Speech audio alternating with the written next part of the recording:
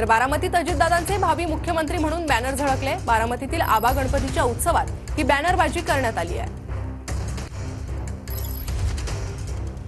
तर भावी मुख्यमंत्री म्हणून अजितदादांचे या ठिकाणी बॅनर झळकलेले आहेत।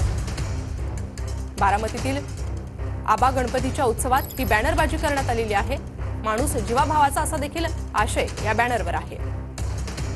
गणेशोत्सव मोठ्या उत्साहात साजरा होत असताना बारामतीमध्ये उपमुख्यमंत्री अजित पवार यांच्या स्वागताचे मोठ्या प्रमाणात बॅनर लागलेले आहेत। अखिल तांदुळवाडी वेस्ट तरुण मंडळ श्रीमंत आबा गणपती महोत्सवात मोठ्या प्रमाणात अजित पवार यांच्या स्वागताचे बॅनर लागलेले आहेत। या बॅनरवरती माणूस जीवाभावाचा तुमच्यासाठी काही पण अशा अनेक प्रकारचे बॅनर लागले असताना भावी मुख्यमंत्री असा एक बॅनर लागलेला आहे आणि हा बॅनर येणाऱ्या जाणाऱ्यांचे सर्वांचे लक्ष वेधून घेत आहे।